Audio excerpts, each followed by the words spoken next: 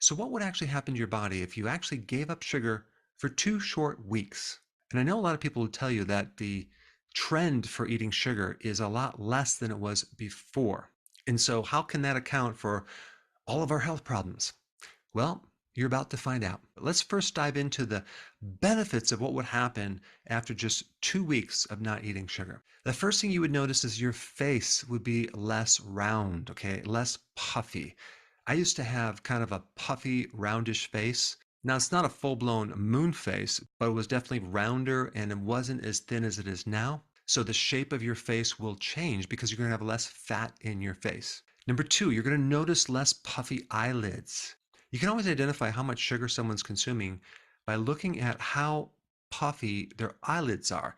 In fact, I had puffy eyelids for many years. I didn't know what it was. But after I get rid of the sugar, that puffiness went away. Number three, your midsection, your belly fat will reduce. Too much sugar converts to excess liver fat, which then spills over into your gut, the fat around the organs, giving you belly fat. So belly fat is a really good indication that you're eating too many carbs. Number four, your cravings for carbs will go down to zero. You just will not want carbs anymore. But even a little bit of sugar here and there will keep that craving persisting to the point where it's going to be really hard to give it up. This next one, number five, your hunger is going to go way down. You're not going to be hungry all the time. You're going to feel satisfied, which is going to be huge if you want to stick to any type of plan. It's torturous to crave things and be hungry all the time when you're trying to lose weight.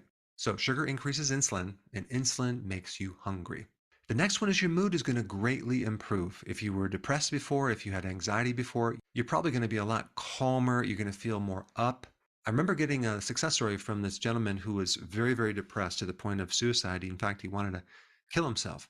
So he locked himself in his room and he stopped eating everything. So he was doing a fast. And of course, when you're fasting, you're not eating any sugar and your body's in the ketosis.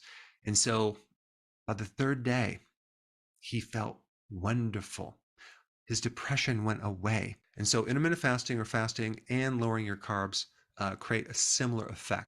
Number seven, your attention will be much, much better. I remember when I was on a high carb diet, boy, did I have brain fog. I had no idea that it was coming from all the sugar. I didn't make the connection until one day I decided to give up the sugar. And it was like someone took this brain fog helmet off of my head and I finally actually can think. Number eight, your fluid retention will go away. I used to have it. I can press my finger into my ankles and it would leave a dent. That's pitting edema. I had that. I had no idea that was all the sugar that I was consuming. Sugar retains fluid. And this relates to the next point as well.